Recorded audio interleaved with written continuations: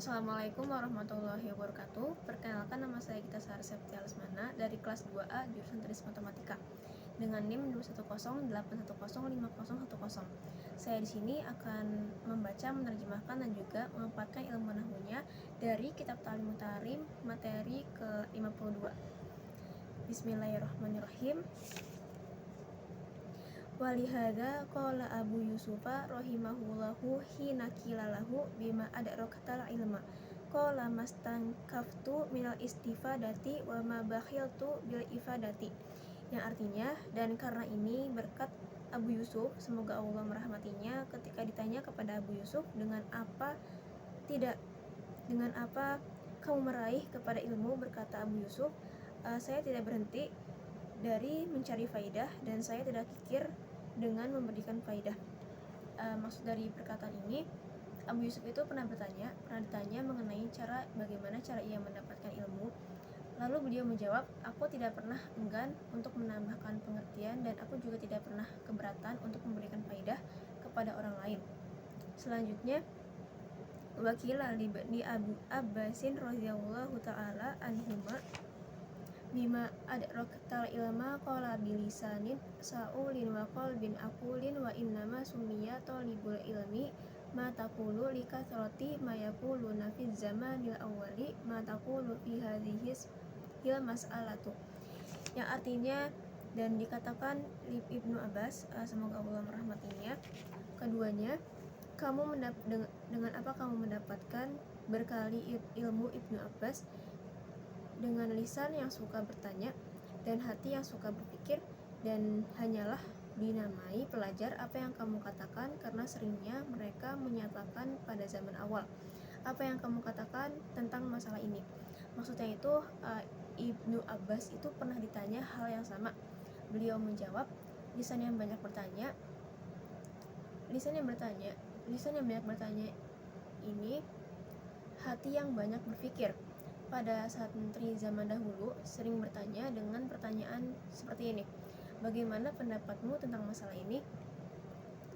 Selanjutnya, wa innama tafaqqaha Abu Hanifata rahimahullahu ta'ala bikasratil mutorohati wal mudkarati fi dukanihi hina kana bazzazan, yang artinya, dan hanyalah menjadi ahli fikih Abu Hanifah, semoga Allah merahmatinya, karena banyaknya diskusi dan bertukar pikiran di tokonya ketika dia adalah Abu Yusuf dan menjadi penjual kain. Maksudnya itu, Imam Abu Hanifah ini menjadi ahli fikih karena beliau sering tukar pendapat di tokonya sambil berdagang kain. Lalu ilmu nahwunya yang pertama itu menjelaskan tanda-tanda dari i'rab rafa. I'rab rafa itu mempunyai 4 tanda. Yang pertama itu domah, waw, alif, dan juga nun. Maksudnya itu, domah menjadi alamat pokok atau tanda asli dari i'rab rafa. Yang kedua, wawu sebagai pengganti domah. Yang ketiga, alif menjadi pengganti domah. Dan yang terakhir, nun sebagai pengganti dari domah. Selanjutnya, ilmu nahwu yang kedua menjelaskan kalimat-kalimat yang ditandai rafanya dengan domah, waw, alif, dan juga nun beserta contohnya. Baik, yang pertama itu dari harokat domah ya. Dalam harokat domah ini menjadi ciri i'rab rafa terdapat di 4 tempat. Yang pertama itu ada yang isim mufrad, yaitu kata benda yang menunjukkan makna tunggal. Nah, contohnya itu seperti kalimat qura'a Muhammadun al-Qur'ani. Nah, jamak taksir, yang kedua itu ada jamak taksir. Tadi yang pertama kan isim mufrad. Nah, isim mufrad ini contohnya itu kayak tadi yang dengan di kalimat Muhammadun. Dan yang kedua ada jamak taksir. Jamak taksir itu yaitu lafaz yang menunjukkan arti banyak dan tidak terikat pada objek perempuan maupun laki-laki. Nah, biasanya bentuk ini merupakan sistem simai dari penutur aslinya atau orang-orang Arab. Jamak taksir ini juga dapat dimaknai suatu lafaz yang menunjukkan arti banyak yang bentuk lafaznya itu berubah dari bentuk tunggalnya. Misalnya ada tolabu menjadi tolabu. Contohnya itu ada ja'a ja'al thalabu fi al-madrasati. Yang ketiga ada jamak muannas salim, yaitu lafaz yang menunjukkan makna jamak atau banyak yang dikhususkan pada objek perempuan dan biasanya diakhiri dengan huruf alif dan juga ta. Nah, contohnya ini seperti janat al-maslimatu fil masjidi.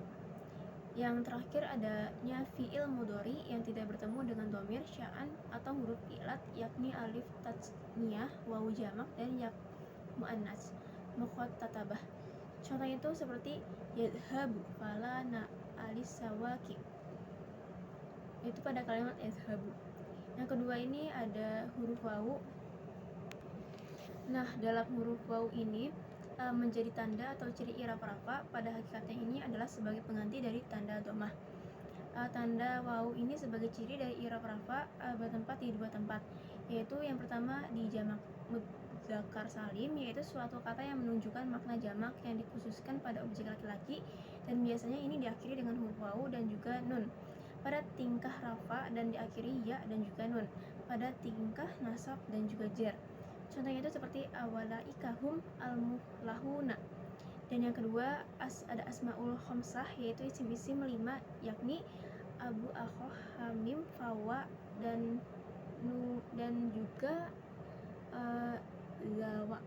Contohnya itu seperti ja'a abuka, akhuka, hamuka, fuka, zumalin. Dan yang ketiga huruf alif. Nah, di huruf alif ini menjadi ciri atau tanda i'rab rafa, pada hakikatnya sebagai pengganti dari tanda harokat dhammah. Huruf alif ini sebagai tanda i'rab rafa bertempat di satu tempat, yaitu isim tatsiniyah. Nah, isim tatsiniyah ini adalah suatu kata benda yang menunjukkan makna dua. Isim tatsiniyah ini biasanya diakhiri dengan huruf alif dan juga nun ketika rafa dan diakhiri ya dan nun, dan ketika tingkah nasab dan juga jarnya. Contohnya itu seperti Ahmadun wahsanun tolibanun jidadina. Dan yang terakhir ini ada huruf nun. Nah, nun ini menjadi tanda bagi i'rab rafa, itu bertempat pada fi'il mudhari yang bertemu dengan yang pertama bertemu dengan dhamir tatsiniyah. Contohnya itu seperti yaf'aluna, yaf'alana, taf'aluna. Gak ada tanda waw tapi ada lam alif ya, yaf'aluna. Terus yang kedua bertemu dengan dhamir jamak, yaitu seperti contoh yaf'aluna, taf'aluna. Kalau ini diakhiri dengan huruf waw sama nun. Dan yang ketiga bertemu dengan dhamir muannas mukhatabah.